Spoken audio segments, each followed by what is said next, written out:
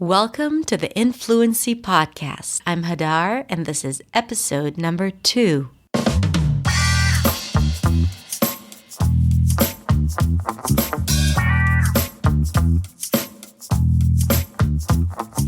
How are you doing? I hope all is well. I hope you're happy and you are excited about this episode. I'm very excited, and I also feel kind of strange because this episode is all about me. Now, I'm not used to creating content around me. I'm used to talking about you. I'm used to telling you what you can do to be a better speaker, to improve your pronunciation, to become more confident. That's easy for me. But to be here and tell you my story and everything that I'm about to tell you is strange. So I tried to imagine myself hosting a party and inviting all of you to come to my house for a party. And basically, it's just me talking to you over a glass of wine or iced tea. But since I have to be the one talking, I prefer a glass of wine. So yes, let's pretend that that's the situation. It's evening time. We're at my house, drinking whatever you want to drink, eating nachos, and let's pretend that you're asking me, "Hey Hadar, so what's your story? Tell me a little bit about yourself." I'd be like, "How much time do you have? Because I have a lot of things to tell you." And then you're like, "Well, we have all night." And I was like, "I don't have all night. I have to go back home." Oh, wait, no, I'm actually in my home. I have to go pick up my daughters from the babysitter, so I can't talk all night. Okay, so how much time do you have? You may ask. And I'd be like, "How about 20 minutes, 30 minutes tops?" And you're like, "Okay, cool. So let me hear your story." And I'm like, "Okay, where do you want me to start?" "Why don't you just start at the beginning?" "What, you mean when I was born?" "No, Hadar, when this whole English thing started." "Oh, okay. So you mean when I was 21 and I just moved to New York?" "Yes." "Okay, so let me tell you all about it." The year was 2000. My God, it makes me feel old saying that. Some of you may not even been born in 2000. Anyway, I have been recently discharged from the army. I don't know if you know this, but in Israel, it's mandatory to do your military service. And throughout those 2 years when I was in the army, and by the way, guess what I did there? I was a teacher, of course. And throughout those 2 years, all I could think of is I want to move to New York, to find a job there, and to become an actress. And that's what I did. I moved there. And when I just got there, I was looking for a job. And I remember walking around the streets of New York, looking for a place to work. Everywhere I walked into, they're like, "No, we don't need anyone. No." And then I said, "Well, if I can't find a job, then I can't really stay here because I won't be able to afford it. I'll have to leave in like a few weeks." And I was really frustrated. And I think it was like the second or third day of me looking for a job. And I remember standing in the middle of the street. I was right on McDougal and 3rd. For those of you who know New York, you know where it's at. And I was wondering whether I should make a right or make a left. And I remember this time precisely, like vividly, because I remember that it was really important for me to take the time to decide if I should make a right or make a left. And then I made a left. And I said, "I'm going to go into one more place. And if they say no, I'm going to go home. And I don't know if I have the energy to try again." I felt really defeated because I've been to like dozens and dozens of places.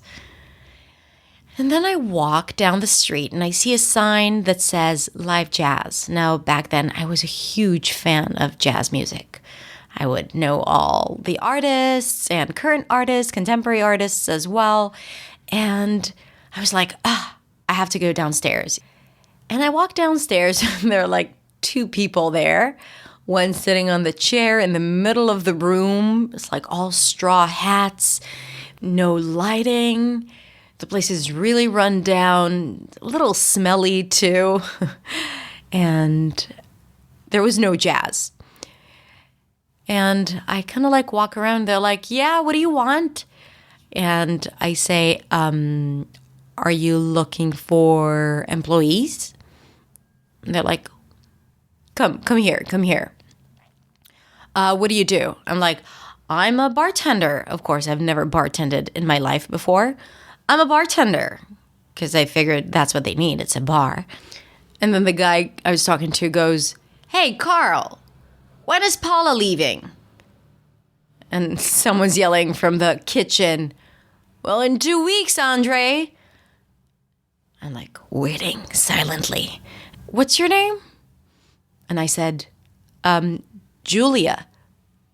Now, let me pause this story for a sec and tell you that I decided that I'm not going to tell them my real name because then they'll think I'm not American. I thought I'm going to be so smart so that way they won't ask me questions because I don't know if it's legal for me to work or not legal. So I'm just going to tell them my name is Julia and they'll think I'm American. And Andre goes, Julia, so where are you from? I'm from uptown. Okay, I was renting an apartment uptown. And he's like, no, but where are you really from? Silly me. I thought that by changing my name, people will not ask me where I'm from. I forgot that I had an accent, and a pretty thick one. It was pretty obvious that I wasn't American. And I told them that I just moved to New York and I'm from Israel. Apparently, they didn't really care about the fact that I wasn't American, and they started talking to me and asking questions and started testing me about my knowledge, my bar knowledge that I had thanks to a book called Bartending for Dummies. And I kind of memorized it in case someone asks me questions. And I answered all these weird answers. They didn't even understand what I was saying because I was talking like book language instead of the language that they used. And I probably mispronounced it too. Anyway, so they liked me. What can I tell you? And I'm good with speaking to people. And they said, okay, our bartender is leaving for Christmas. So why don't you come for 2 weeks and we'll see what happens? I said, okay, when can I come? How about tomorrow? So I go in there tomorrow and it's magic. I mean, the place is just amazing. All these crazy characters would come in, talk to me, tell me stories. The music was amazing. I would just listen to all the jazz bands coming in there. They would have 2 jazz bands a night. And I started to make friends. And obviously, I started working there. So that's it. I live in New York. I'm living the dream. It's incredible. But of course, back then, my English was not as good as my English is now. So it was hard for me still to communicate and to express myself. And I remember feeling very frustrated a lot of times with people not understanding me, especially when it's really loud and I had to tell them how much it costs or ask them something. And they'd be like, what? Asking me to repeat myself. And also just constantly making the conversation about me and where I'm from and what I'm doing here and all of that. And I didn't want to have that conversation. I just wanted to have a normal conversation as if I was American. Fast forward to a year later, I was working 6 nights a week, sometimes 7, starting at 6 p.m., ending at 4 a.m., sometimes 5 a.m. I remember falling asleep on the subway back home And it was a beautiful time. And I remember how this work has really helped me establish and improve my conversational English, because all I did was talk to people there, listen to their stories, share my stories, listen to their stories, and listen to their stories a bit more. And I picked up all those expressions and idioms and slang and things that I carry with me till this day. So a year goes by, and throughout that year, many things have happened. One of them is 9/11 that has changed America forever. And for us, it was devastating because the bar was downtown and it was really close to the World Trade Center. And we had to close the bar for a few days. And I remember the smell. I think back then I really didn't understand the magnitude of what had just happened. But I was there. I used to live in Harlem, and I remember going up to the roof and I saw the smoke coming up from, the horizon. And it was just so sad. And it also changed all the immigration laws. And back then I was still a tourist, and I said, okay, I need to make a decision because I won't be able to stay here for much longer. I was still legal. I had a tourist visa, but I knew that I wouldn't be able to get another one, and I knew that I wanted to stay in New York. So I said, well, my dream is to study acting, so why not go for it here? And that's what I did. I started auditioning to different acting schools. Now, I remember my auditions. They were horrible, horrendous. I was so incredibly bad. I was just the epitome of overacting. But I got accepted to Circle in the Square Theater School. I guess they saw something in me, thankfully, because that decision to join the school has changed my life. Now, I got accepted, and then I had to go back home to apply for a student visa. So I told my friends that I'm going away for 2 months. Remember that back then I knew this is the place for me to be. This is where I want to live my life. And it has been a year and a half since I've been home. And I flew back home. It was really emotional and challenging and amazing to go back home after 18 months. And I was so naive because I went to the US Embassy to apply for a student visa. I haven't even prepared anything, and I didn't get it. I just didn't get the visa. They said that I had lost my ties to Israel, and they're afraid that I'm not going to go back. I mean, for a good reason, I didn't plan on going back. But they said because of that, they only give the student visa to people who are planning to come back, and they didn't believe that I'm going to do that. So that was the end of the world for me. Really, I remember myself sitting outside of the US Embassy on a bench and crying my eyes out like a baby, bawling in the middle of the street, people looking at me like, what is wrong with her? And I just didn't know how I can get myself home because I felt like I had no energy, nothing left in me. I was so depressed. I wrote everyone, including the US ambassador in Israel. I did everything in my power to ask them to consider this decision. Of course, no one has responded. And after a couple of months, I said, okay, I have to figure out what to do and how to make the best of it. And luckily, the school has agreed to defer my spot and to accept me the next year. And I said, I'm going to take this year and make the best of it and try to find the connections again. So when I apply for the visa again, I'll show them that I have a good enough reason to come back. So that year was actually incredible. I didn't want to spend that year in Israel, but it was a gift. The universe gives you gifts and you just don't know it at the beginning. But it was a gift because That was the year where I met for the first time two of the people who are the closest in the world to me till this day. Two of my good friends that I met them in a place that I worked during that year. Had I gotten the visa, I would have never met them. And this is something like I can't even imagine my life without them around me.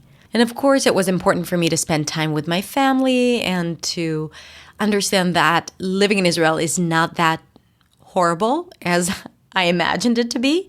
Because back then, like that was the most horrible thing for me to do, to go back, because that means that I didn't succeed.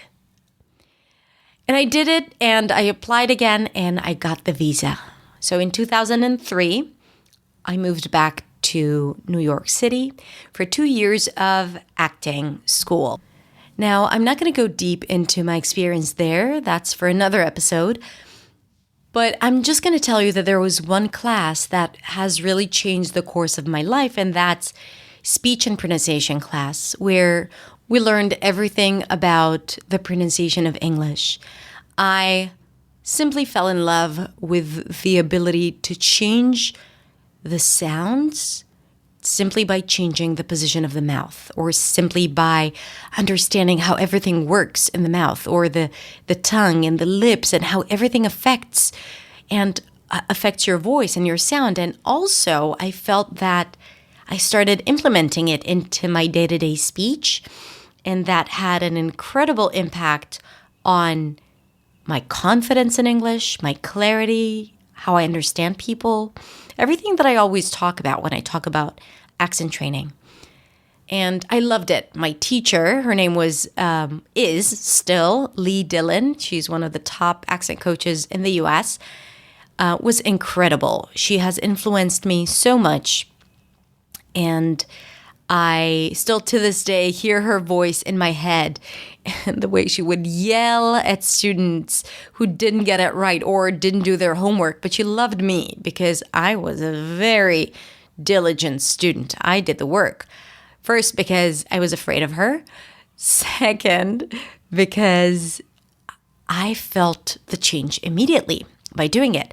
So I was drawn into this. It was exciting for me. It wasn't a task. It wasn't a burden. I loved it.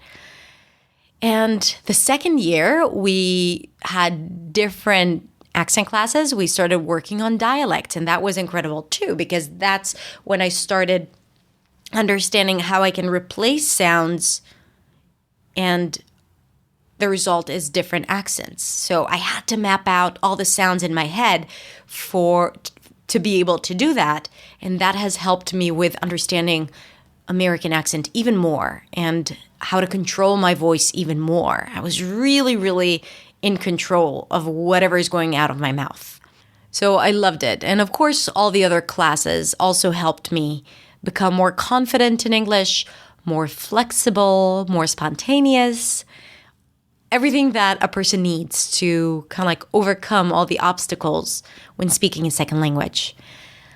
A year after I had graduated, I had to make a decision. My visa was about to expire, and it was either finding a way to stay in the US, an expensive way, or going back home. And I decided that I need to resolve something back home and see maybe I should spend my life there, or at least a portion of my life. And if not, I'll find a way to come back to New York. Back then, I was already 24 or 25, and I felt like by now I should have been somewhere else, but what can I do? I need to start over.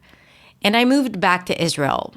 Now, the first year after moving back was pretty devastating, because that year between having graduated school and moving back to Israel, I was actually working as an actress. I mean, working is an exaggeration because I worked at it and never got paid, but I worked at it. I was in a theater company, and we did some shows, and I did some fringe shows, and I designed lightings for some shows. Like, I was active. And I was also waiting tables. a lot of tables. I was working as a server and I worked a lot. I had to pay off my student loans.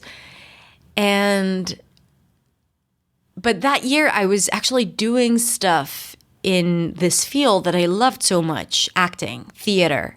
And then I moved back and it was a desert, crickets. Like no one was interested in what I did in the US. No one cared about Circle in the Square or whatnot, like what school I went to in New York. No one really cared. And I'm not one of those people who would push themselves forward or make phone calls and be like, I have to tell you about myself. I'm so awesome. You have to represent me to agents and stuff.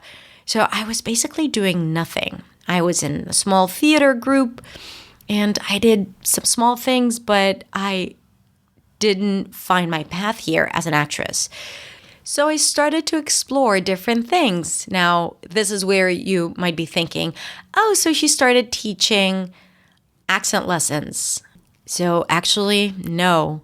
4 more years are going to go by without me doing anything related to accent training or acting. So in those 4 years, I've experimented with many different things. I've studied naturopathy, Chinese medicine. I worked as a server and then as a manager and then as a general manager in a very fancy restaurant in Tel Aviv. I did lighting design for a fringe show in the theater. I babysat a lot and I was mostly miserable. I mean, when I worked at the restaurant, I felt like I have found my space because I was really good at it and I managed people and I loved the up-paced feel of like a service, but it wasn't for me. And I remember one afternoon, like sitting at home feeling really depressed. I wasn't making enough money. I was really looking for something better to do. And I felt like I wasn't fulfilling my purpose. I mean, is that all there is? Like me just making people feel great about their evening? You know, like this one night that they come in, spend a ton of money on food, and that's it. They go, they don't remember me. They don't care about anything. Is that my purpose in life? And then I said, what else can I do? And then I said to myself, what if I give private accent lessons? Like one-on-one. Maybe someone would be interested in that. And then I said, what a silly idea. Like no one is interested in improving their accent. It's just for actors and no one's acting in English here anyway, so why even bother? But I kept thinking about it and then I said, I'm just going to give it a try. So I remember writing a small note saying, accent classes, learn how to improve your accent. Call me. And I wrote my number and then I went to this business district, not even in Tel Aviv where I lived. I had to kind of like drive for an hour and I went there and I posted it on a bulletin board. Yeah, I know it sounds old school, but remember it was 2007 or 2008. I keep confusing the years. And lo and behold, within a couple of days, I get a phone call. Hi, Hadar, I'm calling about the accent lessons. I'm like, yeah, sure. So I wanted to ask you a few questions. Of course, I was not prepared. I started to just like give him random answers. And then he's like, so how much is a session? I had no idea. I haven't even thought about it. So I invented a number. Of course, it was way below the market price, but fine. And he said, great, when can I come? And I'm like, oh my God, okay, sure. We scheduled a meeting and I quickly prepared the first lesson. And I was really nervous, mainly because my English was so incredibly rusty. I was barely speaking English during those 4 years. And here now I have to teach someone how to speak with a proper accent. So I decided that I'm going to do the lessons in Hebrew and only teach him the words with the right pronunciation. I was staying in my comfort zone. Anyway, the lesson went great, the student was extremely happy and already wanted to schedule the next session. And that's how it all started. I wondered how in the world would I find more students? I mean, when I told people about it, they made fun of me, but then I knew that there are some people there looking for exactly what I do. So I started doing funny things like going to different forums and then log in as one user. Let's call that user Mint. So I would log in as Mint and post a question. Hi, everyone. Do you happen to know how I can improve my accent? I'm really interested in doing that. And then I would log out and log in as a different user. Let's call her Jennifer123. And Jennifer123 would answer Mint. You have to check out Hadar Shemesh. She's an incredible coach. She has helped me so much. And then log in as Mint again. Oh, really? Do you have her number? And then log in as Jennifer123. Sure, here it is. And I would post my number. And I started getting phone calls from people searching for accent coaches because no one had done it in Israel before. So that was probably the only content about improving your accent in Hebrew. And people started calling me just because I made these interactions in different forums. That was a lot of fun, and that's how I got work. And then one day, one of my students said to me, Hadar, you gotta set up your website. You gotta create content and people will find you. A shout out to you, Shaula, who has started my first interaction with the online sphere, just creating a website. And I just used, I think Google Sites. I created some content. It took me a long time. I set up my website. I quit my job, went to Brazil for a month, and got back and said, this is what I'm doing from now on. And it's been a year, I think. Like I put up my website, started writing content to improve my SEO. And I think within a year of quitting my job, I started only doing this, only teaching people privately how to speak with a better accent. And I was doing that for about 7 years. I've been coaching one-on-ones and in groups and in companies. And then I once posted a video on YouTube. I was actually working on creating an online course, and the video didn't turn out that well, and I decided to just upload it to YouTube. And I forgot about it. And then a few months later, I'm looking at the video and I saw that there are like 60,000 views. And to me, that was like mind-blowing. What? How is that even possible? And I got all these comments saying, this is incredible. It was my schwa video. You can go back and actually see it. I think The Secret of American Pronunciation or something like that. That's the name of the video. I'm going to put a link to it in the show notes. But it was so funny. Like, the response was amazing. And I was just like, what is this thing even? I didn't know anything about YouTube. I had a full-on business in Israel, like coaching people in groups, and I already hired my first coach that worked with me. And in 2015, I remember it because I was pregnant with my second child. I was 9 months pregnant, and I decided to shoot a lot of videos and commit to releasing one video a week, which is a very ballsy commitment, especially when you're just about to have your second child. But I guess I like challenges. So I decided to do that, and from then on, I do release a video every single week. And the rest is history. I created my online course, Accent Makeover, that is super successful. Every time we launch, we get hundreds of students from around the world. Right now, I have a YouTube channel with 220,000 people, subscribers, followers. That's incredible to me, and a huge privilege to have such a large audience to share my ideas with. I have a beautiful community on Facebook of non-native speakers who communicate and practice English together. And I have my students. I have a school in Tel Aviv with many students who actually physically come in and coach with one of my coaches, or take one of our group classes, or people who join my online programs. And I mean, I can't be more grateful than that. And now, here I am, starting my new podcast, speaking to you, telling you my story. I'm really closing a circle here. I feel like it's a decade of doing this. And it's actually the end of the decade. I'm recording this at the end of 2019.